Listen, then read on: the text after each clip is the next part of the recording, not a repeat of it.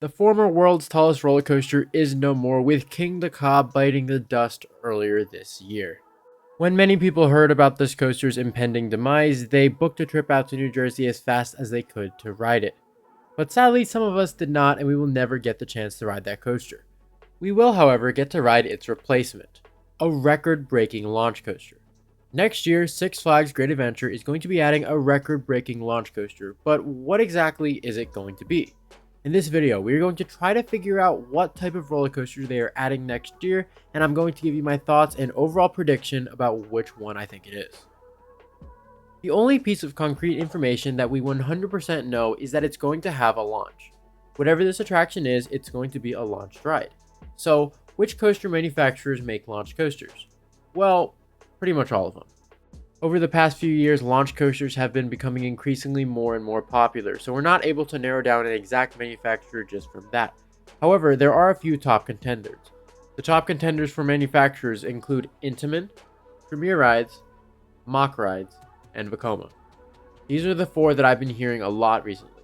Now, I don't think it's going to be a Vekoma. They just received a Vekoma, but the other three I think are definitely fair game.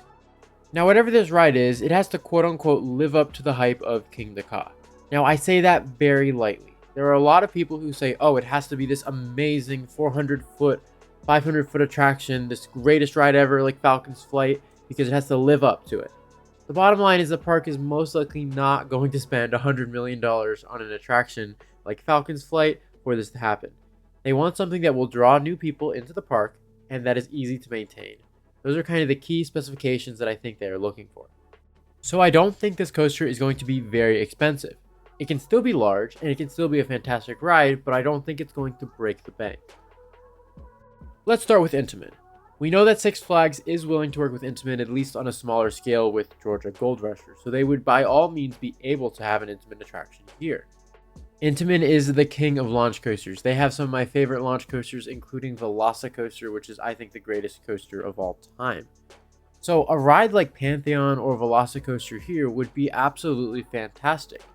Now, a really inexpensive way to get height would be to make it a shuttle coaster, something similar to the Drakenspire concept we saw that was supposed to go to Busch Gardens Williamsburg but eventually got scrapped. An attraction like this could easily be over 300 feet tall, and it would bring a lot of people into the park because honestly, it's pretty scary. Everyone wanted a rollback on Kingda, well now you can have it rolling down the spike. An attraction like this would honestly be a pretty good decision if they can get it for cheap for the park. If I was running the park, I would definitely see the benefits of adding something like this. It's inexpensive, Intamin can do it, and above all, it's probably a really good ride. Now, while I would prefer a full circuit layout, you have to admit this ride does have a lot of benefits for the park. Another ride that a lot of us aren't super excited for, well, I'm kind of excited for it, but I know there are people who aren't, would be a Mach Rides Extreme Spinning Shuttle Coaster. Now, this looks pretty cool. It's a pretty cool concept to say the least. I've ridden a Mach Rides Extreme Spinner, and Time Traveler is definitely one of my favorite coasters. Now imagine this launching up maybe to 300 feet and rolling back down would be absolutely insane. I don't think a lot of people are giving this enough credit. This would be pretty awesome, and definitely this would be a crowd pleaser. But let's talk about Mach Rides. They've been doing a lot of amazing coasters in the launch coaster space. Most specifically, Voltron. Voltron looks crazy. A ride like this would do wonders for Six Flags Great Adventure. They need a true multi-launch coaster. Now, I don't think it would be as crazy with the turntable. They could possibly do some pretty cool stuff like the inverted launch, but I don't think it would be as elaborate. With that being said, it would still be a fantastic ride. A striker coaster in the US would be pretty cool to see, and I would be very surprised if by this point, at least one park in the US has not reached out to Mach about this. It's about time that we start seeing them pop up within the next couple of years.